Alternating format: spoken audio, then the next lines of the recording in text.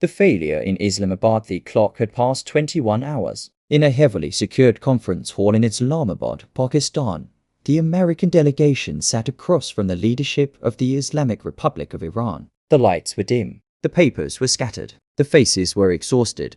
Leading the American team was Vice President Javad Zarif, a man of Iranian heritage, now serving Donald Trump's administration. He had been chosen for this role precisely because of his background. The hope was that he could speak the language, understand the culture, and bridge the impossible gap between Washington and Tehran. But after nearly a full day of non-stop negotiations, there was no agreement, no handshake, no joint statement, not even a shared understanding of what had been discussed. The talks had failed, and when the American delegation returned to their temporary headquarters, the news traveled instantly to the White House. Within hours, President Donald Trump would go on national television and then set for an interview with CNN to deliver a message that the world would not soon forget.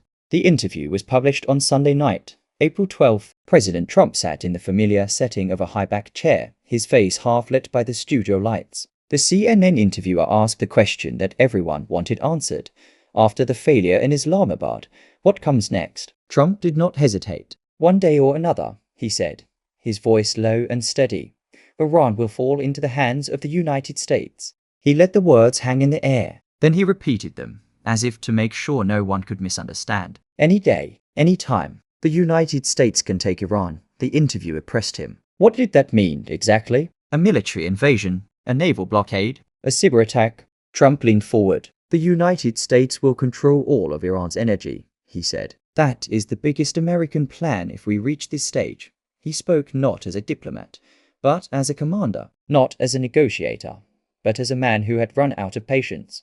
Then the tone shifted. Trump began to speak personally. You know, he said, I hate people who are not honest with each other. I hate those who do not accept honesty. The United States cannot accept that. He was not talking about the Iranian people. He was talking about the Iranian regime, the clerics, the generals, the Revolutionary Guard. He was accusing them of using negotiations not to find peace, but to buy time. Talks with Iran are only a cancellation, Trump said. They are only buying time for Iran. They show no desire to end hostilities with the United States. He accused Tehran of still believing it has the right to produce advanced weapons. He accused them of still claiming the right to seize the Strait of Hormuz, a waterway that carries nearly 20% of the world's oil. All of that is completely wrong, Trump said. None of this can violate the principles of law. Trump then made a claim about the damage already inflicted on Iran. The dismantling of Iran's strategic infrastructure across the country, he said, has already happened. Even if Iran starts rebuilding today, it will take 10 years before it can restore its former strength. 10 years? He paused, then added a sharp, sarcastic note.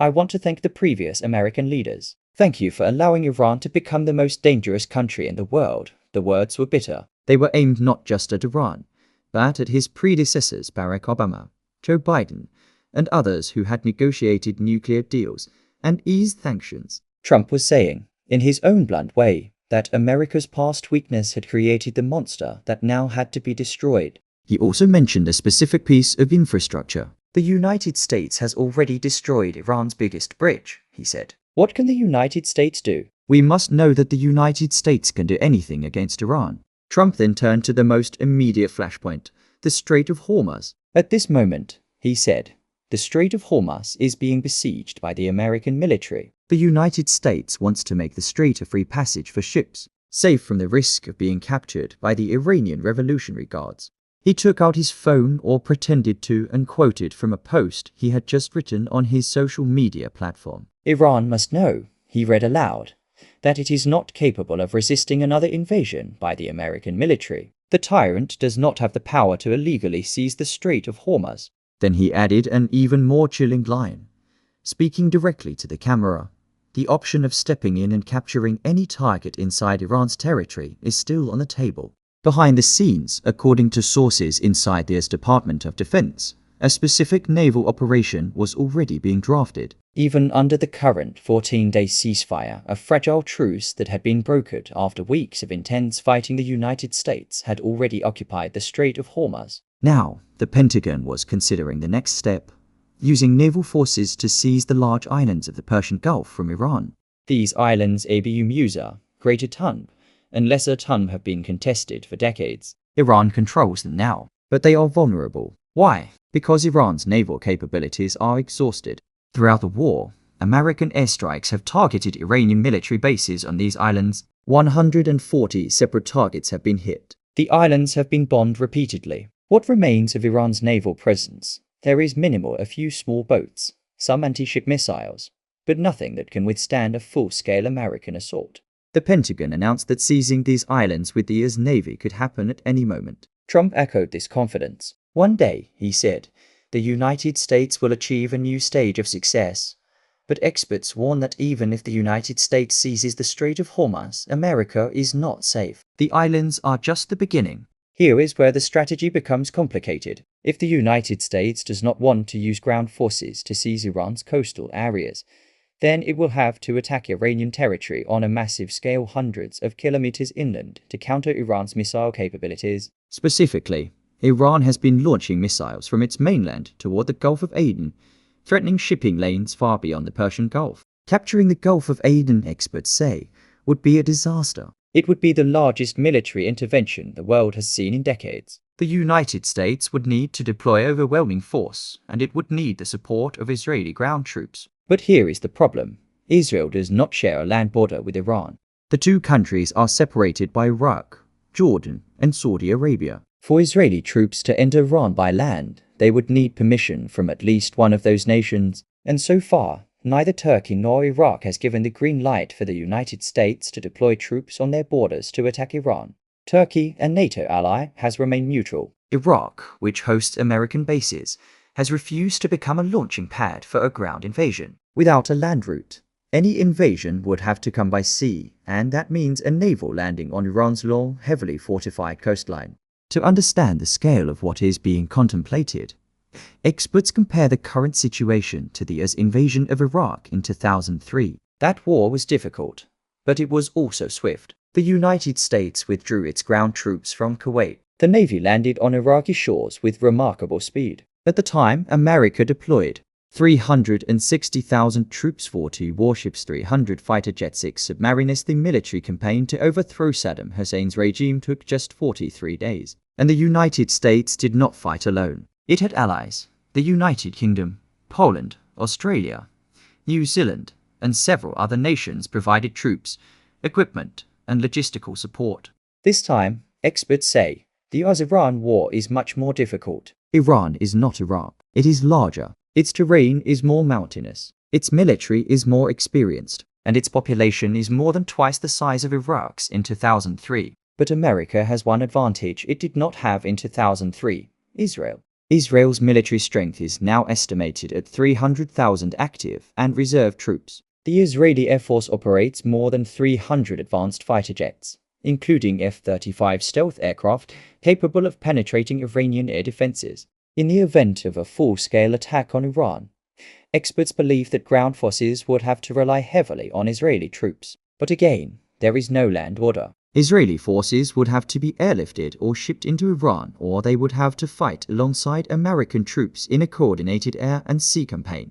Both the United States and Israel, especially the US Department of Defense, have stated that the option of sending ground troops into Iran is still on President Trump's table. They have not abandoned it. In fact, they have prepared detailed contingency plans. If the situation comes to a head, a senior Pentagon official told reporters, that option must be chosen. Here is a detail that has received little attention in mainstream media.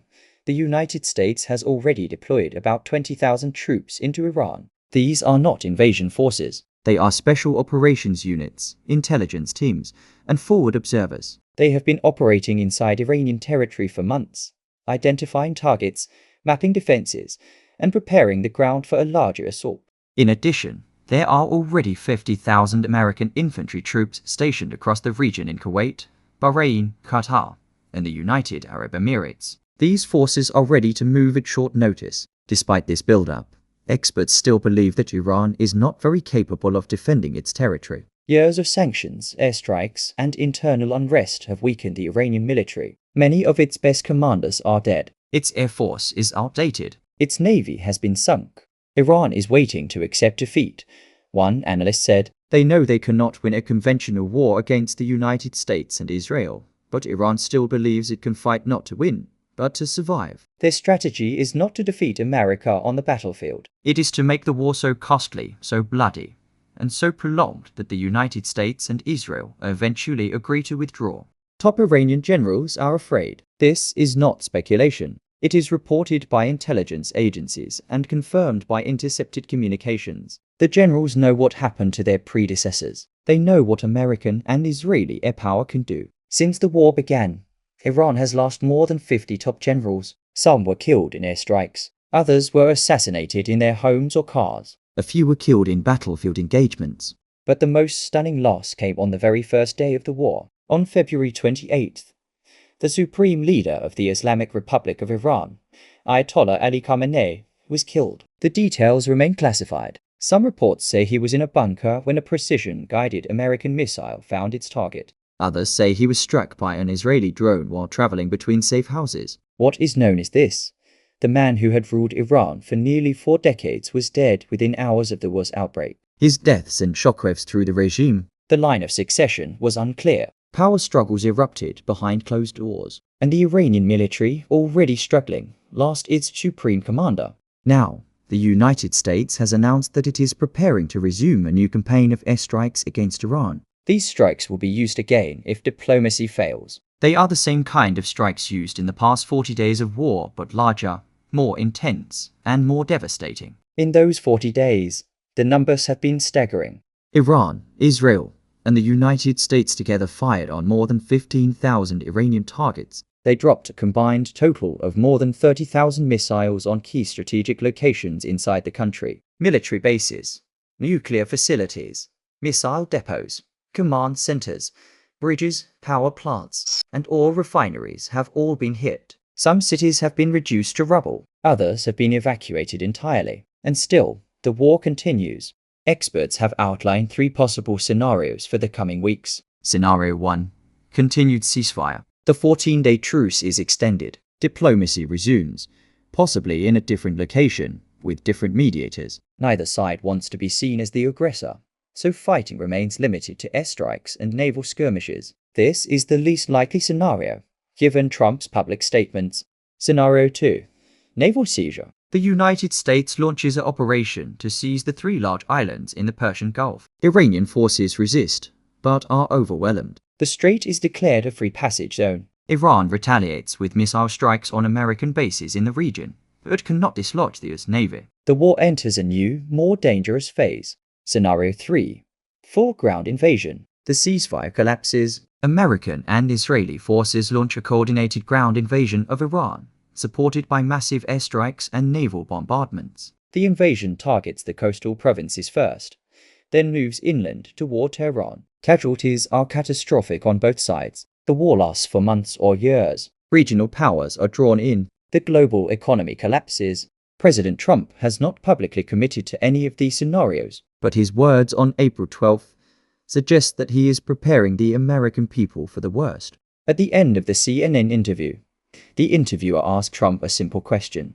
"Mr. President, do you really believe Iran will fall?" Trump looked directly into the camera. His face was serious. His voice was calm. "One day," he said, "Iran will fall into the hands of the United States." He did not smile. He did not clarify. He simply repeated the words one more time, as if sealing a prophecy. Any day, any time. Then the interview ended.